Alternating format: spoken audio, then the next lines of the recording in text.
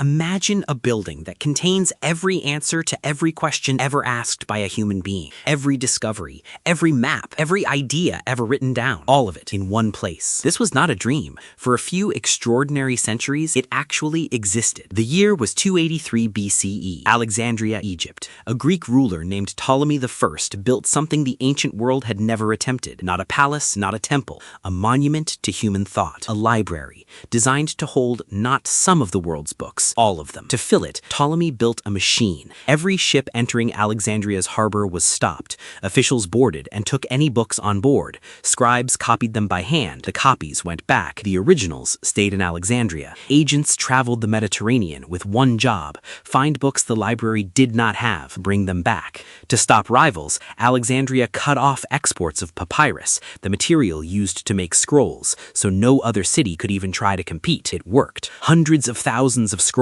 filled the shelves. Then something extraordinary happened. Scholars from across the world came to Alexandria and started talking to each other. A man named Eratosthenes measured the angle of sunlight in two Egyptian cities on the same day and used the difference to calculate the circumference of the Earth. His answer was accurate to within a few hundred miles. Nobody would get closer for 1,600 years. An engineer named Heron built a device powered by steam.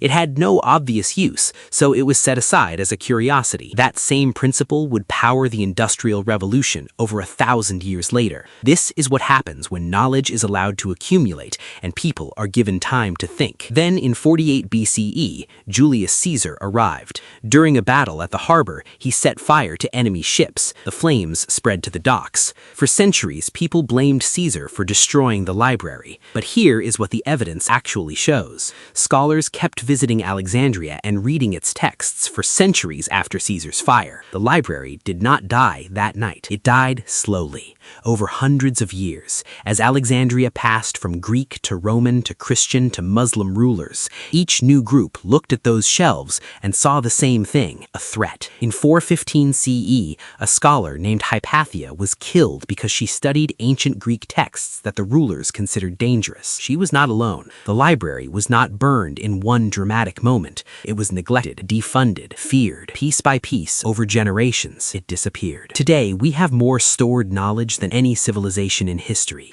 Digital servers, cloud archives, databases. But storage is not the same as safety. The Library of Alexandria did not fall because it burned. It fell because people in power decided certain knowledge was dangerous, because funding dried up, because leaders chose to let it disappear. Those are not ancient problems. Those are choices that get made every generation. The library is gone, but the question it leaves behind is still very much alive. Who gets to decide which knowledge is worth keeping, and what happens when we get that answer wrong?